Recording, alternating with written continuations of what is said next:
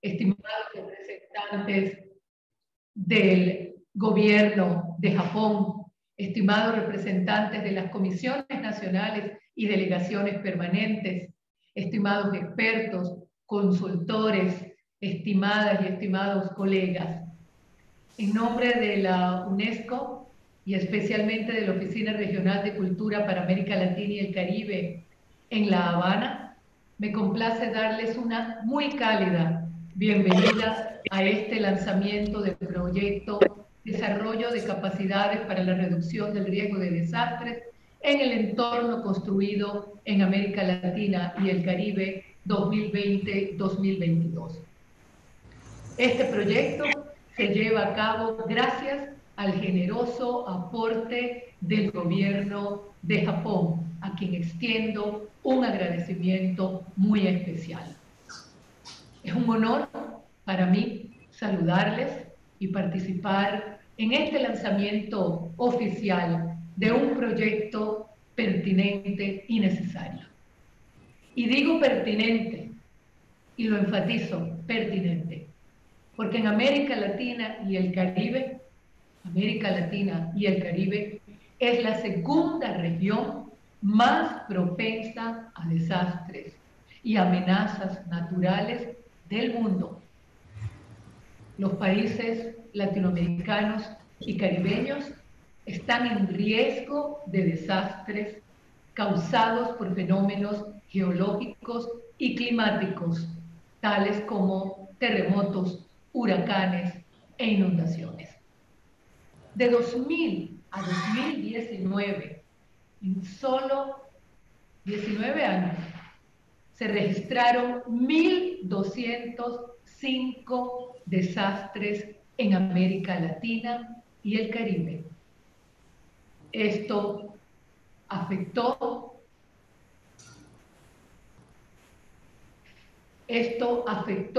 a 152 millones de personas. Los terremotos han sido uno de los peligros más devastadores, no solo en términos de mortalidad, sino también de enormes daños materiales. Los impactos de estos eventos amenazan lo más preciado, las vidas, pero también los medios de vida y, por supuesto, y por ende, el crecimiento económico de los países de nuestra región.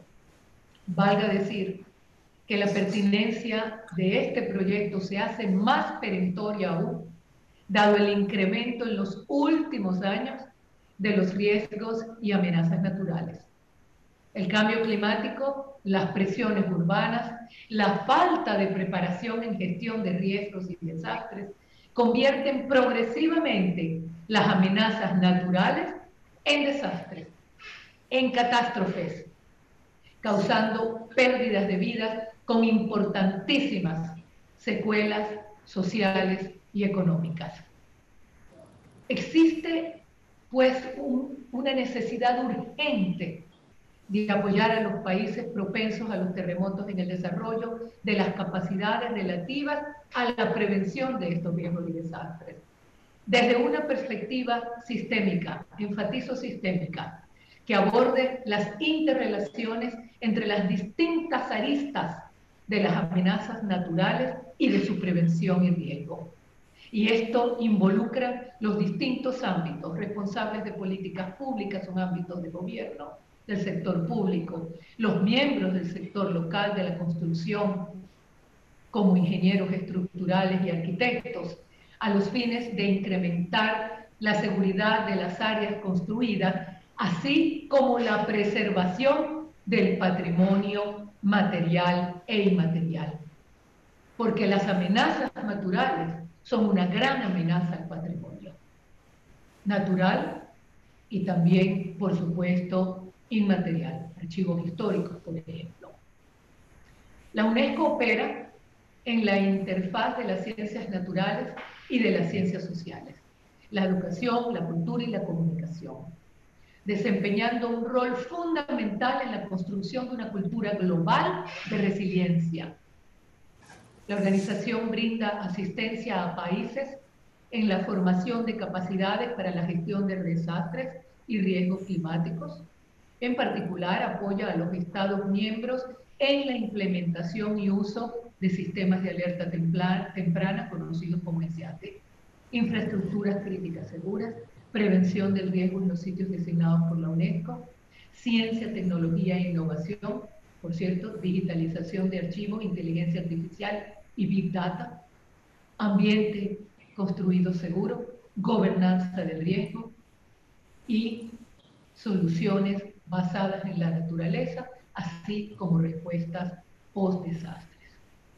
La UNESCO ha sido un catalizador para la cooperación internacional e interdisciplinaria en diversos aspectos de la reducción y mitigación del riesgo de desastres, trabajando en sinergia con las distintas instancias que corresponden, entidades científicas, así como agencias del sistema de Naciones Unidas. En 2002, la organización lanzó este proyecto, el que hoy estamos, 2020. La organización lanzó este proyecto dirigido a Cuba, República Dominicana, Guatemala, México y Perú. La iniciativa, que se llevará a cabo durante 3 años, es también conocida como Proyecto BERLAC 5 y tiene como objetivo desarrollar capacidades en la reducción del riesgo de desastres, específicamente en relación con los terremotos en entorno construido. En la UNESCO valoramos significativamente esta oportunidad de poder contribuir a la creación y fortalecimiento de capacidades en los países participantes y que sin duda impactará al resto de la región. Este proyecto será desarrollado con la cooperación Sur-Sur y en colaboración con expertos japoneses. El proyecto tiene 4 componentes, me permito brevemente referirlos: garantizar la construcción de nuevas viviendas más seguras, garantizar la seguridad de las instalaciones escolares, reforzar las construcciones existentes y la formulación de políticas basadas en riesgo.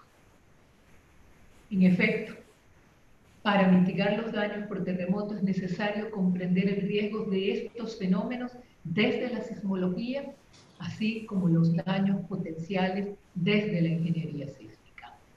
Sin embargo, estos conocimientos científicos deben ponerse en práctica. El paso para poner en práctica los hallazgos científicos sobre la reducción del riesgo de desastre es incorporarlo en las políticas públicas y en la regulación para garantizar la seguridad de las edificaciones. Los códigos de construcción, las regulaciones de uso del suelo, los sistemas de control de las edificaciones, la planificación del mantenimiento, el sistema de licencias de profesionales, las políticas de adaptación, el incentivo financiero, las bases de datos relacionadas con las edificaciones, entre otras. Estas regulaciones y políticas deben ser factibles, implementadas a nivel nacional y extendidas, entendidas por todos y por todas. La aceptación social, la apropiación, que es la aceptación social, pero también económica de los requisitos, así como el contexto histórico y geográfico, deben tenerse en cuenta al desarrollar regulaciones y políticas. Por otro lado, las edificaciones informales usualmente no están cubiertas por las reglamentaciones y políticas, y su afectación por los sismos causan elevadas pérdidas y daños de vidas y también de daños materiales. ¿Cómo saber? Nos preguntamos. ¿Cómo saber cuáles son estas problemáticas? ¿Cuáles son los temas pendientes que se deben atender de manera urgente? ¿Cómo saber si estamos haciendo los esfuerzos suficientes? Este proyecto, implementado en colaboración con expertos y profesionales locales e internacionales, mediante el intercambio de conocimientos y experiencias en la reducción de riesgos de desastre, no solo pretende responder a estas preguntas, sino que tenemos la seguridad de que va a arrojar contextualizadas en cada país, con la determinación o en el papel, sino que encuentren las vías, y esas vías son políticas públicas y regulaciones, para cristalizarse, para hacer una realidad concreta que nos beneficie a todos y a todas. En nombre de la UNESCO, quisiera expresar nuestra felicitación a todas las personas que participarán en este empeño y augurar un inicio propicio en este camino de colaboración y de fortalecimiento. Muchísimas gracias por la amable atención. Muchísimas gracias a ti, Sadia. Bueno, no hay aplausos porque estamos en esta cuestión virtual, así que bueno, así va nuestro agradecimiento, bueno, a la oficina y a ti en particular.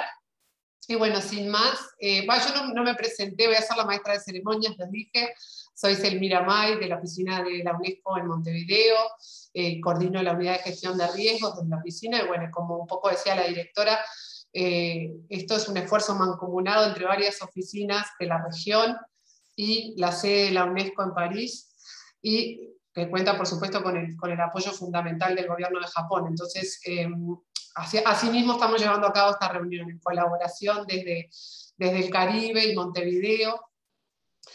Y bueno, la idea era poder tener una ronda introductoria de todos los participantes, pero considerando que tenemos un número demasiado grande, somos 46 personas en la sala, los vamos a invitar ahora sí a una presentación más detallada de cuáles son estas líneas de acción del proyecto, para que después en la interacción podamos sí tener la posibilidad de intercambiar y de conocernos mejor. Entonces, si les parece, vamos a darle la palabra a Soichiro Yasukawa, que representa a la sección de gestión de riesgos en UNESCO París, y además es quien tiene la responsabilidad también sobre este proyecto desde la sede de la UNESCO. Adelante, Soichiro. Gracias. Thank you very much, Sadia, and thank you very much, Zelmira, for organizing this event, and also thank you very much for all the participants who joined this meeting to launch the BERLAC 5 project. I'm sorry I need to speak in English. Hopefully by the end of the project I will speak in Spanish, but today I need to do it in English. And we thought about doing an introduction by participants, but let's go to the substance directly, and then I think after this introductory part we have an interactive discussion, and I hope those who want to introduce yourself, I think you can do so. So let me share my screen. I hope you see my screen. So I hope you see my screen. So I want to do an introduction. First part is UNESCO's DRR, disaster risk reduction, which Sadia briefly or nicely mentioned already. I want to add some items, and then I want to introduce you about the project, like a concept, what we want to do. So for the next 1 hour, myself and my colleagues from Udine University in Italy and Havana office and Montevideo office, we're going to explain what we are going to do in this project in more detailed way, like their planning and also some requests for you from the focal point from the government. So let me start about the UNESCO disaster risk reduction. As Sadia mentioned, our intervention, we usually use like 8 thematics. I don't repeat again. I don't repeat again, but you see on the right side, there are like 8 thematics. So these are from what we are doing right now to support the member states to implement the Sendai framework primarily. As you see in the middle, there are like 7 global targets, and for priority of action, on Sendai Framework for Disaster Risk Reduction. As you see, the link between 8 thematic and Sendai Framework, it's a cross-link each other. So what we are doing from UNESCO is to try to support member states to implement the Sendai Framework. And of course, the global framework on the left side, SDG, Paris Agreement, urban agendas are also closely integrated into Sendai Framework. And UNESCO is a UN organization which has a various mandate. Myself is from natural science sector, but UNESCO also covers oceanography, education, communication, information, culture, social science, and priority Africa. And if you see in the middle, I also put the 8 thematics, and we try to work with different sectors. What we try to do is try to be a multidisciplinary approach, adding science and education element or science and culture element. So these are the linkage between different sectors for each thematics. And also in the domain of disaster risk reduction, under the UNDRR in Geneva, we try to collaborate each other among UN agencies. We try to collaborate, we try to make synergies what we do. We also try to avoid duplications. For example, in early warning system, WMO and UNDRR set up an interagency platform for multi-hazard early warning system, which is called IMMUS. So UNESCO is part of it because we are working on tsunami early warning system, earthquake early warning system, flood, drought early warning system. So in the domain of the disaster risk reduction, as you see, we also try to work with other UN agencies. I hope UNDRR is with us. So yes, UNDRR is also a good partner of us. So among the 8 thematics, we picked up one of the elements, which is a built environment. So the topic of this project is secure the built environment resilience. One of the starting point of this project was that, yes, we always hear that 90% of hazards are weather related. And as you see from the data from UNDRR, it is true. If you combine flood, storm, or extreme temperature, it will be 80% or 90%, while earthquake only count for like 7.8%.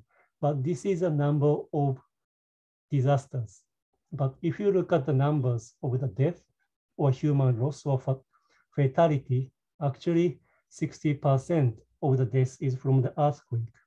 So which means that earthquakes don't happen frequently, but once they happen, they kill a lot of people. So this is why the built environment resilience is important. So what is built environment? Built environment, there are many definitions, but we usually say built environment is a human-made environment for humans' activities, which includes not only the houses, but also the infrastructure such as road and sewage. Also, it includes like parks and green spaces, etc. So it's more like a surrounding environment of humans for us to do the activities. And then once disaster happens, like earthquake, it causes human losses and economic losses. So we need to do something on this. So we work on the technical part and also the social system work. So let me go to the framework of the project. Yes, our director in Havana also nicely captured the structure. But this is a 3-year project which started last year. And main purpose is to secure the built environment safety against earthquake. Yes, I think there is some exception to include other hazards in the one of the component, but the main purpose is for against earthquake. So we have 4 components in total, and component 1 to 3 is more like a technical how to make sure the building is safe. And component 4 is more like regulations. So component 1, we target the new buildings, especially the small scale buildings, which are normally built by local masons. So due to the lack of engineering intervention by the masons, I think the small houses are one of the biggest cause of the fatality by earthquake. So we use Guatemala as a beneficiary countries. We try to look at the practices and also the regulation, also the technical practices to find out where there is a gap to be ameliorated to secure the buildings. So this is for the new building. Yes, maybe after this project, new building will be safe, but there are like 99% of the buildings are existing buildings. So we also need to check if the existing buildings are safe enough or not. So component 2 and component 3 target existing buildings. Target 2, specifically we target a school building. A school building usually like 2 stories, 3 stories. It's like a mid-sized scale buildings. So we are going to apply this BSUS methodologies, which we developed with within university and UNESCO. So this is a multi-hazard risk assessment tools, which we would like to apply for the Dominican Republic. Component 3 is we target rather mid to large scale buildings, like 6 stories, 7 stories, 8 stories, which are normally built by reinforced concrete or steel structures. So these are large scale buildings. We need a detailed seismic risk assessment. So we use Cuba as a target country and to see the technical guidelines or regulations for risk assessment for these big scale buildings.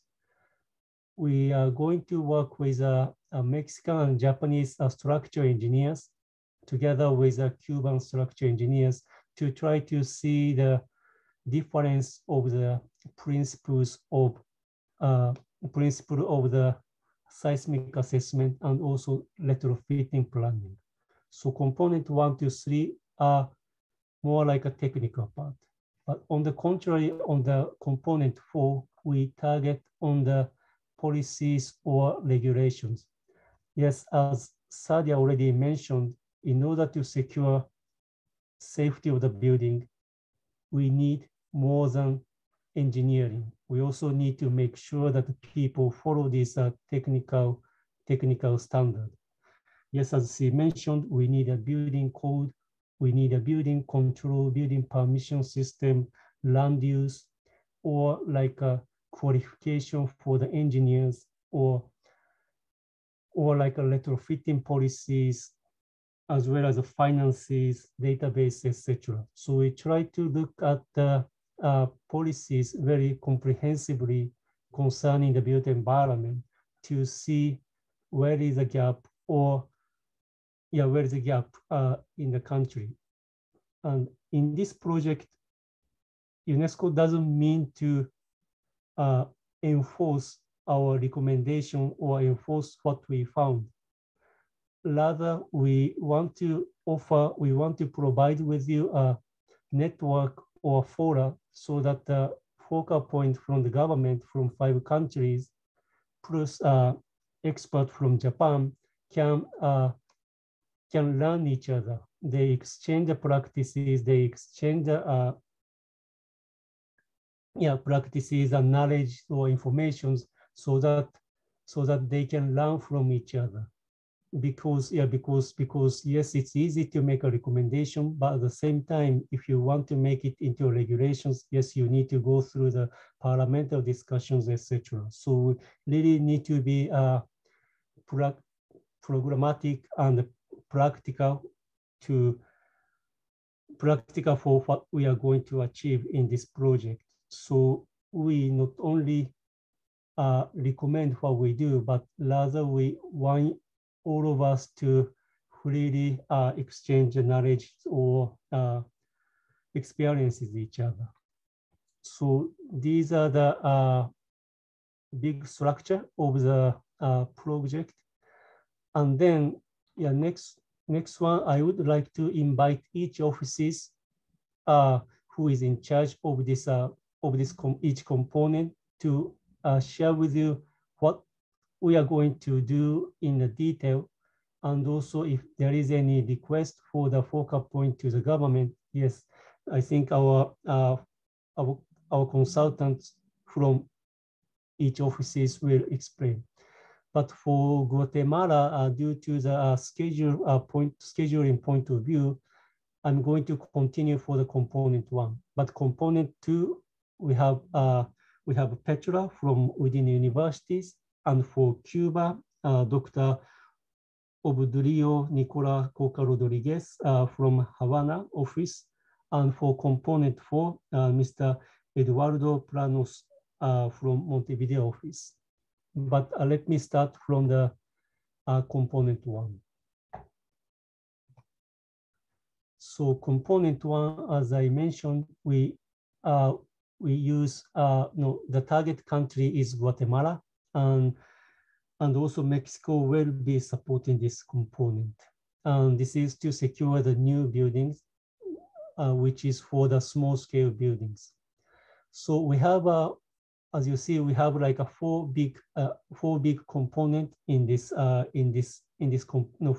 four activities in this component 1, A, B, C, D.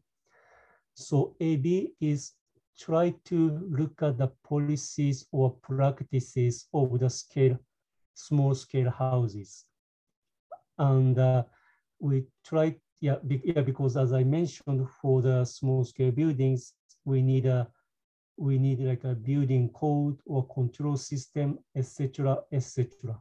And some of them are the responsible of the national government. The others are responsible for the local government. So we try to understand very well about the policies or technical situations or practices about small-scale buildings, and try to see which is under national government, which is under local government. And then point B is try. Maybe I'm going to the detail later, but the point item B is try to pick up 1 or 2 examples local government to see how it is going. So we also try to do surveys or interviews, try to better capture what is going on for the small scale houses. And then item C is, yes, identify gaps and challenges. Try to understand where we can change the situations. And then D, yes, development of policy recommendations. But as I mentioned, this is not that, it's not that we just make a recommendation, but it's rather like discussions among us and among yourself to see what will be the practical solutions to change, to change if necessary. Yes, so this is a detailed one, but yes, it might be like a repetition, but we are going to check the building code, building permissions, material criteria, land use, licensing system, or other policy tools or technical guidelines, and then try to see who is responsible for this, national government or local government, or maybe the engineering associations. We try to understand who is responsible for all the steps to build the small houses. So yeah, so we try to do desktop studies, but maybe we might need to count on the focal point from the government from Guatemala to share with us more information on this. Yes, and then yeah, point item B, as I mentioned, we are going to pick up 1 or 2 pilot local community, local government to see in the details how it is implemented. Yeah, for example, building permissions, how many applications do they receive for one local government, and how many technicians are there in the local government, etc., etc. Yes, so we start from desktop studies, but later we want to do surveys or interviews to better capture the processes. And then yeah, C and D try to understand which part is a bottleneck or which part we are missing guidance, etc., etc. Yes, yes, this is a repetition, but yes, we are going to try to develop together the recommendations or way forward how to change the situations. So yeah, so the request for the component 1 to the participants today from the government from 5 countries. Yes, we hire consultants to do the desktop studies and desktop analysis, but at the same time, we need to have a support from you for informations, etc. Yeah, because for the regulations, for the practices, I think not all of them are online. So we eventually need to count on you for share with us the informations. And also later, we would like to have like a surveys or interviews in order to better understand how these things, these regulations or practices are implemented. So yeah, so this one we are trying to do in 1 year. And so even during this 1 year or at the end of the 1 year, we try to organize a online workshop or online meeting so that we can discuss how this item 1 is moving. And we also foresee the budget for the physical meeting, but let's see the sanitary situations, and if the situation allows, we hope we can meet together for 5 countries and experts to discuss in person, how we can work on this project. So I think this is the end of my presentations, the UNESCO DRR and the overall of this project, and also about the component 1. So now I would like to invite Dr. Petra Marisan from Udine University, who is in charge of the component 2 for VISUS methodologies. And yes, please don't worry, we are going to take like more than 30 minutes interactive discussions, so that if you have any doubts or question or clarification, yeah, let's discuss after the introduction by 3-4 consultants. Thank you very much, and I think please, Petra. Thank you, Soichiro. Can you confirm if you see my slides, please? Yes, I see your slide. Okay, good, thank you. So thank you, good morning and good afternoon to all of you. In this short presentation, I will try to sum up the main features of the VISUS methodology, which will be applied in component 2, and which was developed by our chair in the University of Udine in Italy, and was adopted and applied worldwide with the support of UNESCO. The VISUS methodology aims at the multi-hazard safety assessment of a large number of learning facilities to support decision-making. So we know that school safety is an important issue that is underlined by global commitments, as we saw previously, the Sustainable Development Goals, the Sendai Framework, the Paris Agreement, and so on. Moreover, there is a global alliance for disaster risk reduction and resilience in the education sector, who defined and promotes the comprehensive school safety framework. The base is the school safety on 3 pillars that are partially overlapping. The pillar 1 on the safe learning facilities, the pillar 2 on school disaster management, and pillar 3 on the disaster, on the risk reduction and resilience education. Okay, the VISUS methodology focuses on pillar 1 and in detail on the safety assessment of existing schools. The safety assessment concerns the physical environment with buildings and facilities, the schoolyard where children go and play, as well as the location of the school.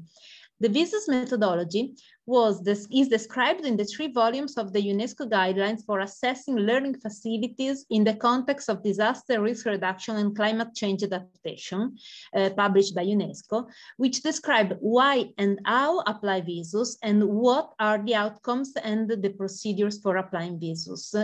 These descriptions are very in detail in volume 2 and volume 3. So, to answer to the why question, VISUS supports decision makers in understanding the safety situation considering a large number of schools.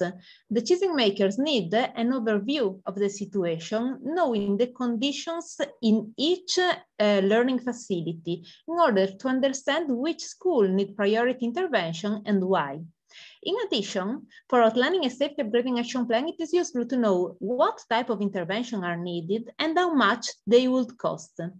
Notably, when this information is available for planning, it is easy to communicate the risk situation to the community and also to develop an action plan that is easily negotiated with the ministry or with the donor local communities in the country. But in order to access a large number of learning facilities for managing purposes, we decided to develop VISUS in analogy to the approach adopted in disaster medicine, when there is the need to rapidly assess the safety situation of a large number of patients for defining the priorities and the treatment routing. This is the medical triage that is usually applied by training nurses who are not expert physicians, but are able to characterize the situation of and assign the treatment for the patients. We developed VISUS in analogy with the disaster medicine approach, considering learning facilities instead of patients.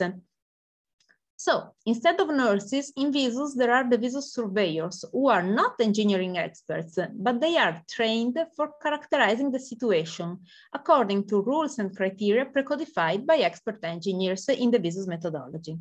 And this characterization allows to identify the required safety upgrading treatments for schools. The VISUS experts precodified both the substantial information that surveyors should acquire and the algorithms that use this information for creating the outcomes on the safety. In doing this, VISUS experts adopted the rule of as much as enough, considering that the purpose of the methodology is a technical triage and not a detailed assessment. The rule of as much as enough is essential also because VISUS assesses the safety considering a multi-hazard approach. VISUS considers earthquake-related hazards, but also floods, wind, fire-related hazards, as well as the potential unsafe conditions deriving from the day-to-day use of the school, such as in the example, you can see a terrace without parapets and the students could fall from here. Moreover, the VISUS safety assessment considers all the main issues that could concern learning facilities. So the structural and the local behavior of the building, but also the presence of non-structural issues, such as in the example, I cannot move my pointer. Okay, here you can see the fall of false ceilings after during an earthquake, which could affect children studying in this classroom, or bumping into open windows, or functional aspects connected to an egress potentially blocked in case of earthquake, also in this case, or an overcrowded classroom from which the egress is very difficult. Moreover, it is essential to check the site where the school is located, avoiding hazardous location, as you can see in the examples. We know that the characteristics of the learning facilities and consequently the critical issues could change all over the world.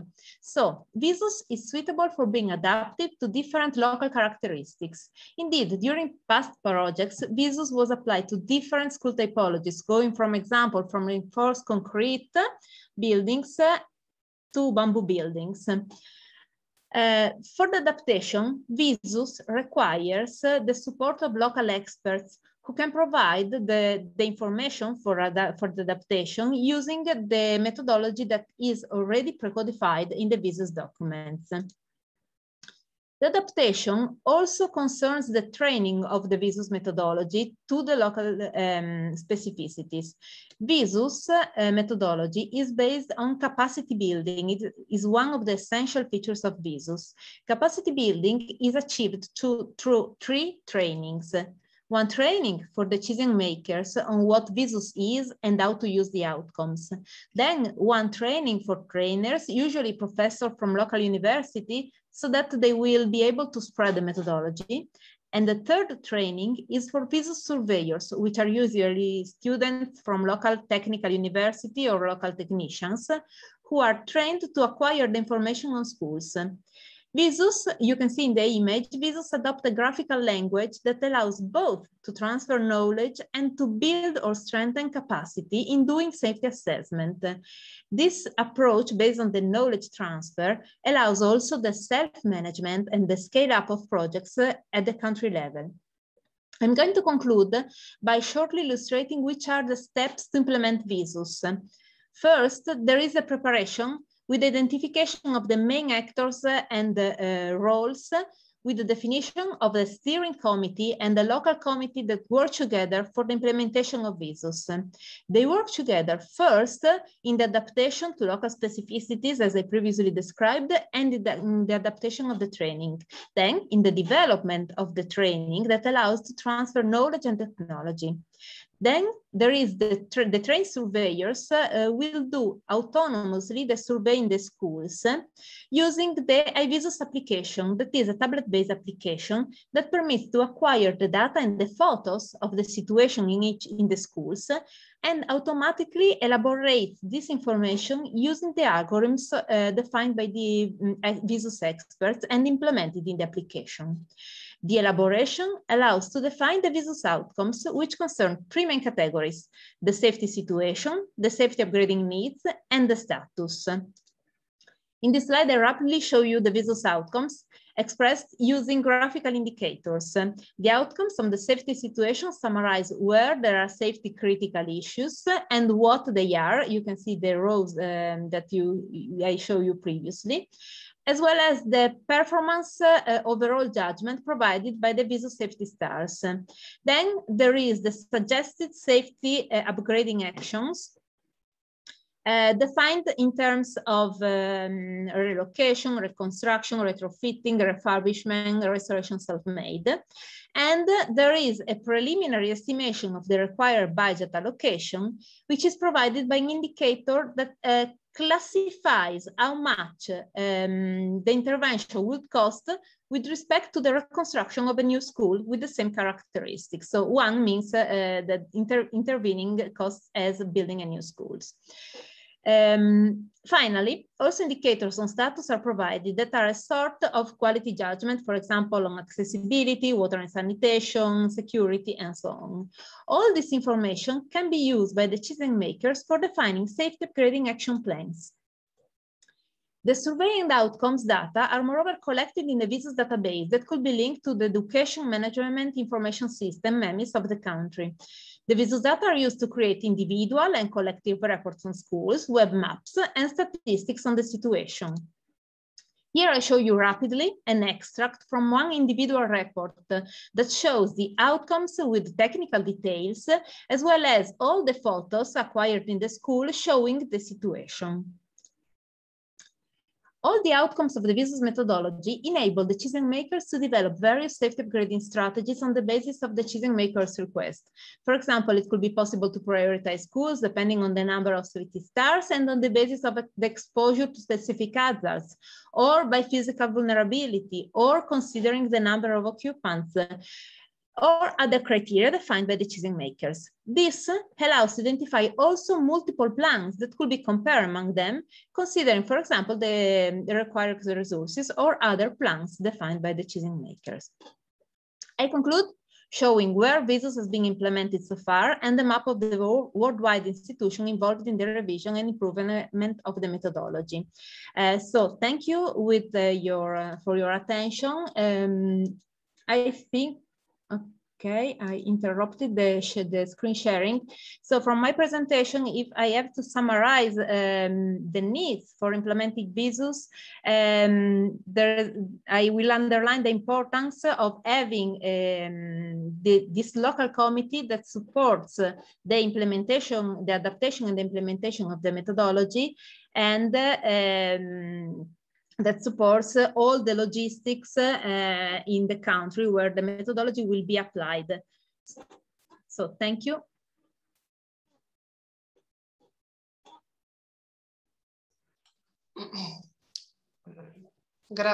Thank you, Petra. Gracias, Petra.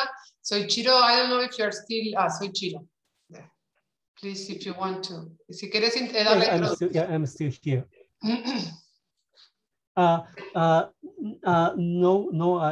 No, thank you very much, Petra. No, I think we can just finish all the presentation by the consultants. So I think we can just proceed to the next consultant, Dr.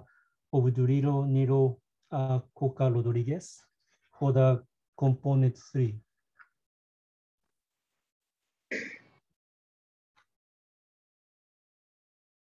So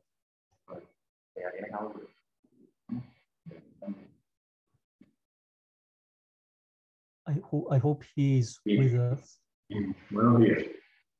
Okay, so yeah, please, floor is yours. Bueno, nosotros estamos muy contentos por la contribución que hace la UNESCO de darnos la oportunidad de desarrollar este proyecto, que es muy importante para Cuba. Cuba se ha caracterizado desde mucho tiempo por su fortaleza en el sistema de defensa civil cubano y sobre todo en el impacto que han tenido los eventos hidrometeorológicos, que son los que más han afectado a nuestro país. Pero, por supuesto que el peligro sísmico es un peligro que tiene mucha incidencia, no solo en la región oriental, que es donde más se producen eventos de este tipo, sino a lo largo de todo el país. Los edificios medianos, en el caso cubano, más o menos están en el entorno hasta las 5 plantas, es que como nosotros consideramos el edificio mediano. Tiene una gran presencia, no solo en la ciudad tradicional, sino también en las nuevas urbanizaciones, donde hay un predominio de este tipo de edificaciones. Y los objetivos que se están planteando para este proyecto son muy importantes porque nos permiten recoger toda la experiencia que existe por parte de los expertos e ingenieros civiles cubanos que nos permitirán poder perfeccionar las herramientas que existen en este momento con relación a la evaluación de la vulnerabilidad de este tipo de edificaciones. Existen políticas con relación a la atención a la sismicidad. Hay experiencias en muchas instituciones nuestras, en nuestras universidades, que deberán ser recogidas, recopiladas, para poder sistematizarlas. hay una experiencia en cuanto a estudios de peligro, vulnerabilidad y riesgo sísmico a nivel territorial en distintas regiones del país, ya se han recogido. Además existe una norma sobre construcciones sismoresistentes y de requisitos para el diseño y construcción de edificaciones que ya desde el año 99 existe esa norma y que se ha estado aplicando desde esa fecha hacia acá, y en la actualidad también hay una nueva norma que está por aprobarse, o sea, en la que se está actualizando esta norma, o sea, que existen soluciones, existen estudios. Pensamos que recopilar y procesar toda la información disponible en publicaciones, tesis de diploma, tesis de maestría, doctorado, y que se han realizado en relación a esta temática, y experiencias, por supuesto, de instituciones que ya tienen un reconocimiento importante en el estudio de la sismicidad.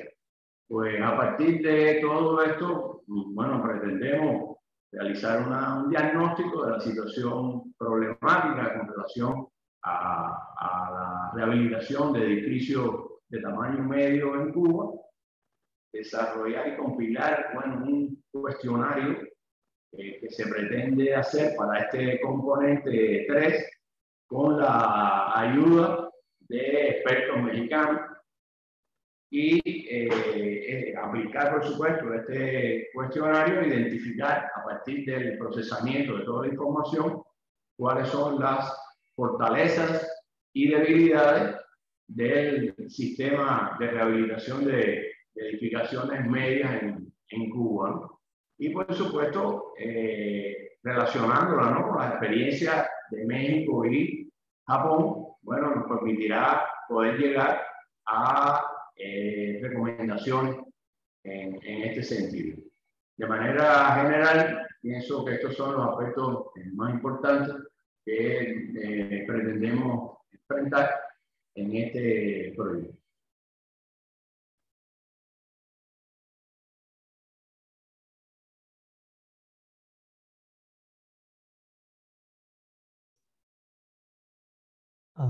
Okay, so if I can handle it, thank you very much for your introductions, and I think I'm sure you will make surveys or etc. to try to collect the necessary informations. And yes, I think if you need to contact the people in the government of Cuba, yes, I think they are with us today. So I think we can do some discussion after this.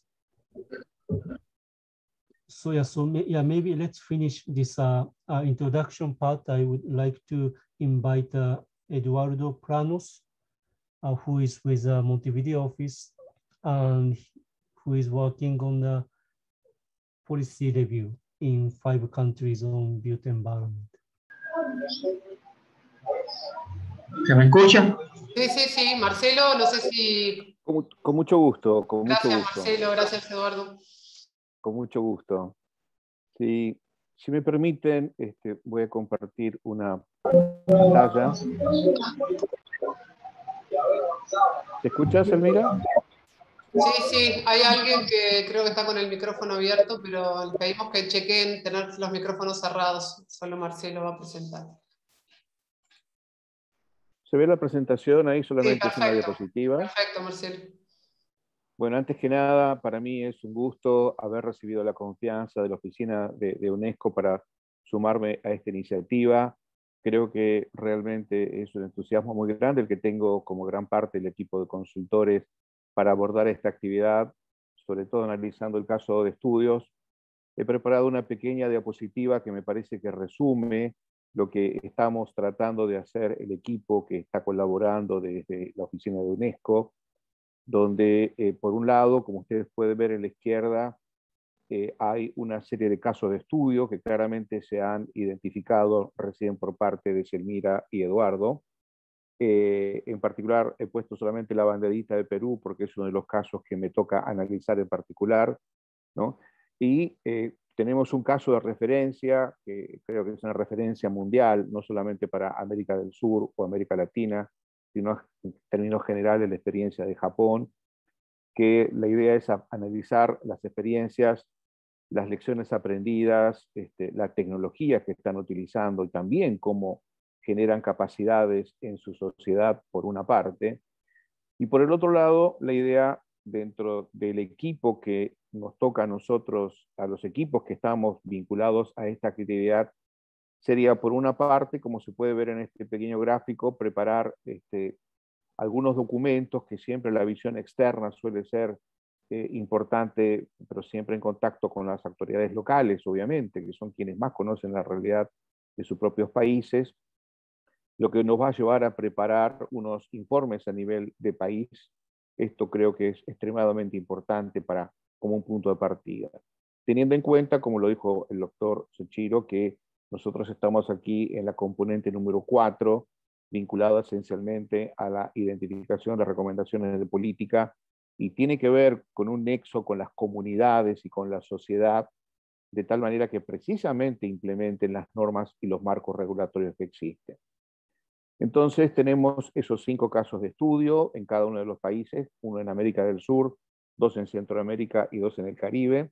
Tendremos nuestros informes con los que ya estamos trabajando en particular. En mi caso, como también alguien lo ha mencionado previamente, creo que es muy importante por el componente 2, uno de los colegas que ha participado en relación al caso Cuba-Guatemala, es muy importante no solamente la información oficial, sino que sea, por lo menos por mi caso, para Perú, identificar una enorme cantidad de trabajo académico, tesis de doctorado, tesis de maestría, trabajos de la Universidad Tecnológica del Perú. O sea, hay realmente en el caso del Perú, por lo menos ya tengo identificadas 60 documentos que están subidos a un disco Google Drive que compartimos entre todos los consultores. Ahí hay, por lo menos por mi parte, más de 60 documentos que he identificado con una valiosísima experiencia sobre este punto. Pero no solamente esto se va a resolver con una información de un experto, sino que la idea, como está puesta en la segundo cuadrante del grupo caso de estudios, la idea es hacer encuestas, ¿no es cierto?, a través de Google Forms. Estamos ya trabajando en esto, tenemos 2 modelos por parte del equipo que estamos integrando. Nuestra próxima reunión para análisis precisamente de este punto es el viernes que viene, este viernes 6, que tenemos el compromiso de revisar las propuestas que tenemos para precisamente consultar en cada uno de los países a diversos expertos. Lo que se complementará a su vez con encuentros expertos, entrevistas y consultas a referentes en cada uno de los países. Esto se podrá hacer no solamente de manera escrita, sino también a través de pequeños encuentros de Zoom para precisamente rescatar la experiencia de los países. Como ustedes pueden ver en la flecha de arriba de color azul, hay un componente que dice caso de estudio y hay otro que dice el tema de la referencia. Perdón. Y la idea es precisamente ahí comparar la experiencia de Japón junto con la experiencia de los países, y a partir de ahí, en el último extremo de la derecha, como bien lo mencionaba Eduardo, ¿no?, y creo que también el doctor Soichiro, ¿no es cierto?, la identificación de estos gaps, de estas brechas que precisamente son aquellas que pueden ayudar a reducir el riesgo y poder ayudar a implementar el marco del Sendai, que precisamente también se lo mencionó, a través de recomendaciones de política, recomendaciones policy brief, y sobre todo el tema de identificar oportunidades de capacitación y transferencia de tecnología. Aquí esto, creo que como algo se mencionó, es un punto crítico que no es solamente un camino que lleva a análisis técnico, sino que precisamente tiene que ver con un análisis de cómo el país está incorporando todas estas medidas. Se hablaron de códigos de zonificación, cómo entrenar los que construyen precisamente las viviendas. Creo que se utilizó una serie de palabritas durante la reunión de hoy que me parecieron verdaderamente clave para apoyar este tipo de actividades como grandes títulos de la actividad. Pero me parece que lo más importante es que tener en cuenta que aquí esto no está previsto para grandes infraestructuras, sino está esencialmente centrado en la población. Y creo que este downscaling del proyecto para llegar a la sociedad me parece que es verdaderamente clave. Cuando uno construye una represa, grandes edificios públicos, ya es obligatoria la construcción, la utilización de las normas de los países para efectuar la prevención sísmica.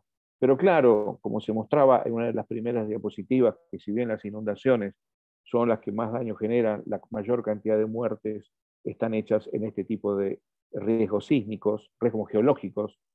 Entonces, creo que es clave ahí identificar precisamente cuáles son estas falencias a nivel de las comunidades, a nivel de cómo se puede mejorar de alguna manera, reducir sobre ese cúmulo de gente distribuida. Y simplemente, en el caso de Perú, déjenme mostrarles este grafiquito simplemente, que es parte ya del informe, donde podemos ver precisamente lo que la norma E30 de Perú identifica como zonificación.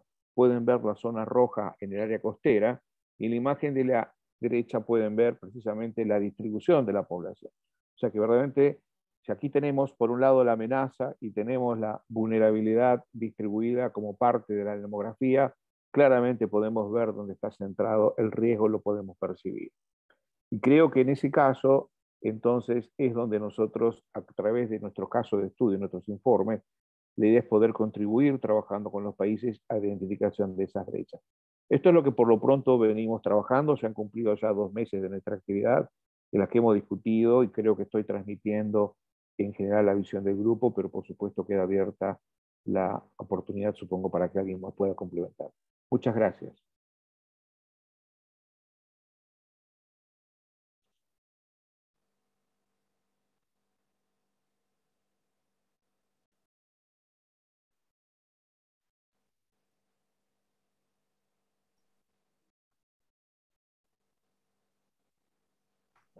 Thank you, Marcelo. Thank you, Eduardo. I hope Zelmira is still with us. But basically, these are the introduction of the project. And yeah, we still have a lot of time because we foresee 2 hours for this meeting, but we have like 50 minutes. And I would like to, invite all the participants to share with us what you think about this. And if you have any comments or need clarification, please don't hesitate to do so. And after this launching event, I think for each component, the consultants will contact you if necessary for the information, for asking you information, etc. Muchas gracias, los agradecidos somos nosotros. Y no soy, soy Chiro, no sé si querés redondear un poco y contar cuáles son los próximos pasos y las palabras finales, no sé, porque Sadia está aún conectada, no sé. Adelante, soy Chiro y nos a dirigir lo que queda de la reunión. Thank you very much for all the participants for your comments and also for the interest for this project. Maybe I quickly respond to the Mr. Evi Lau Nuva. I'm sorry, my pronunciation is horrible, but no, I thank you very much for your information. No, because this is what we really want to do on the component 4, because you mentioned about you want to protect the most vulnerable, most poor, most poor in your country. And you say that you have like a grant program or social program. I think it will be a very interesting, it's very interesting example to be shared to other 4 countries. And yes, I would like to ask Sadia, our director, to close the meeting. But I think after this launch, I think each component will try to contact you to implement each component in more detail or in a more substantial way. But at the same time, we try to have this group meeting as well to try to catch up or try to update you what is happening for each component, so that you will be aware how things are going at each component. And also, I think Carlos Zavala from Peru, he mentioned that he is interested in component 2, 3, 4. Yes, due to the budget constraint, we couldn't do all 4 components for all countries. That is why we picked up Guatemala for component 1, Dominican Republic for 2, and Cuba for component 3. But due to the COVID situations, we're supposed to have a physical meeting. But yes, no, what I want to say that we have some budget. I think we have kind of a budget freedom. So I think we are communicating with the field office colleagues to include other components for each country. So we are going. Yeah, we are getting back to you after we discuss with the field office colleagues. And thank you very much. I think I would like to ask Sadia for the closing. Thank you.